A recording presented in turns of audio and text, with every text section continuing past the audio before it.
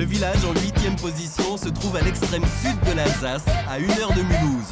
Pour découvrir Ferrette, un puissant bourg à l'époque médiévale, Roland, médecin à la retraite, nous fait grimper jusqu'aux ruines du château, édifié au XIIe siècle sur un piton rocheux.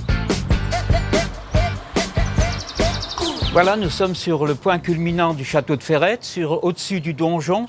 Et de là, les comtes et les comtesses de Ferrette pouvaient surveiller de ce côté-ci le Jura, ensuite là, les Vosges, et de ce côté-là, la Forêt-Noire.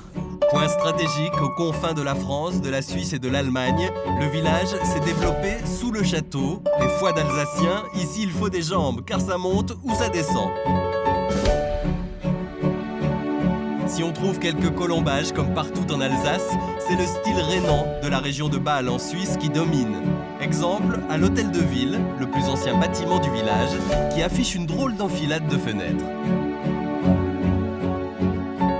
Alors ça s'appelle des fenêtres triplets. Et donc c'est ça qui fait l'originalité de ce style de Renaissance rhénane.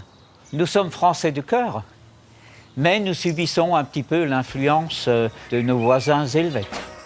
L'autre curiosité architecturale, ce sont ces maisons accolées les unes aux autres qui à l'origine communiquaient par les greniers et qui ont été conçues de manière quasi indestructible pour servir de rempart aux invasions barbares.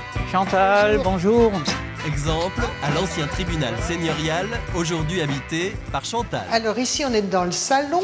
Donc les murs sont extrêmement épais parce que ça fait partie du mur d'enceinte qui protégeait le château. Et au départ, il n'y avait pas de fenêtres. Parce que s'il y avait eu des fenêtres, ça n'aurait pas été une protection très efficace contre, je ne sais pas, comment ils se battaient à l'époque. Oui, des coups de canon. Ouais. Puisqu'à l'époque, ça ne rigolait pas.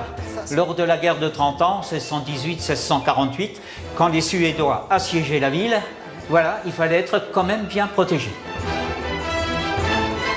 Mais aujourd'hui, ces temps barbares, on en sourit.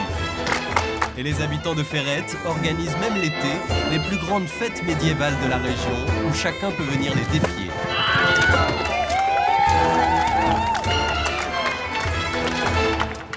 Outre les joutes et les coups de massue, Ferrette est aussi célèbre pour sa carpe frite. La carpe frite, on peut la déguster dans toutes les auberges du village, mais moi, mon conseil, c'est de demander à ce qu'on vous ôte les arêtes, parce que sinon, il va y avoir du sport. Avec ou sans arêtes, accompagnez-la de frites et vous vous régalerez.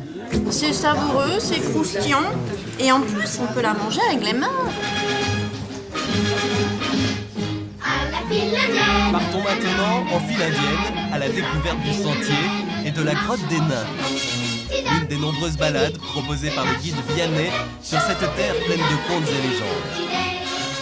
Alors vous voyez là les enfants, on l'appelle la grotte des nains parce qu'il y a très longtemps, une peuplade de nains vivait dans cette grotte. Et tous les jours, ils sortaient pour aider les hommes dans les travaux des champs, à la maison. Allez, venez maintenant. On va aller voir si on entend les nains à l'intérieur.